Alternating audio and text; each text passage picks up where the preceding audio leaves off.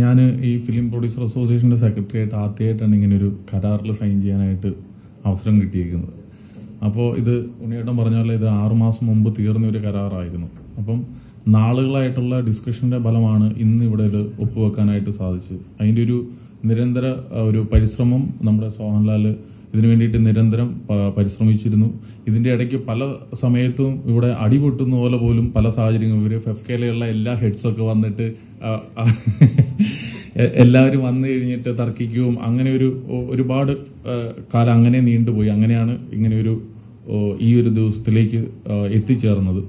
പിന്നെ ഞങ്ങൾക്ക് ഏറ്റവും വലിയ സന്തോഷമുള്ളത് ഈ ശമ്പളം അതായത് ഒരുപാട് കൂട്ടാനായിട്ട് സാധിച്ചില്ലെങ്കിലും സമയക്രമം നമുക്കതിൽ അഡ്ജസ്റ്റ് ചെയ്യാനായിട്ട് പറ്റി.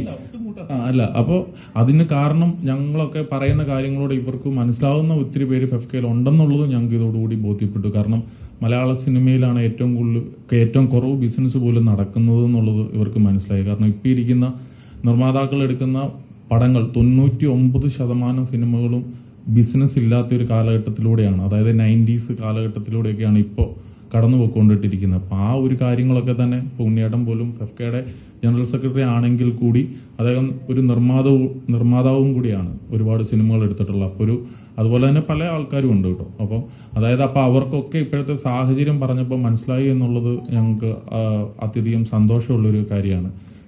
ഞങ്ങളൊരു കാര്യം അവരിങ്ങനെ ഒരു വേതന വർധനവിന്റെ കാര്യം പ്രസന്റ് ചെയ്തപ്പോൾ ഞങ്ങളത് നടപ്പാക്കേണ്ടതാണെങ്കിലും ഇപ്പോഴത്തെ ഒരു സാഹചര്യം വെച്ചിട്ടാണ് നമുക്കത് കൂട്ടാനായിട്ട് പറ്റാതിരുന്നത്. നമ്മൾ സമയക്രമം നമ്മൾ അതിൽ കുറച്ച് ലഘൂകരിച്ചിട്ടുണ്ട്. അപ്പം എനിവേ ഞങ്ങളെല്ലാം തന്നെ വളരെയധികം സൗഹൃദം ഉള്ളവരാണ്. ഇപ്പോൾ ഞാൻ ഉണ്ണികൃഷ്ണനെ തന്നെയാണെങ്കിലും ഉണ്ണിയേട്ടാ എന്നാണ് വിളിക്കുന്നത്.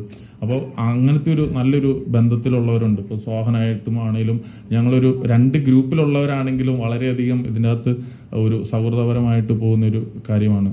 അപ്പോൾ അതുകൊണ്ടിട്ട് എല്ലാവരും വളരെയധികം അങ്ങോട്ടും ഇങ്ങോട്ടും സന്തോഷത്തിൽ തന്നെയാണ് ഈ വേതനവർദ്ധന കരാർ കമ്മിറ്റ് ചെയ്തിരിക്കുന്നത്.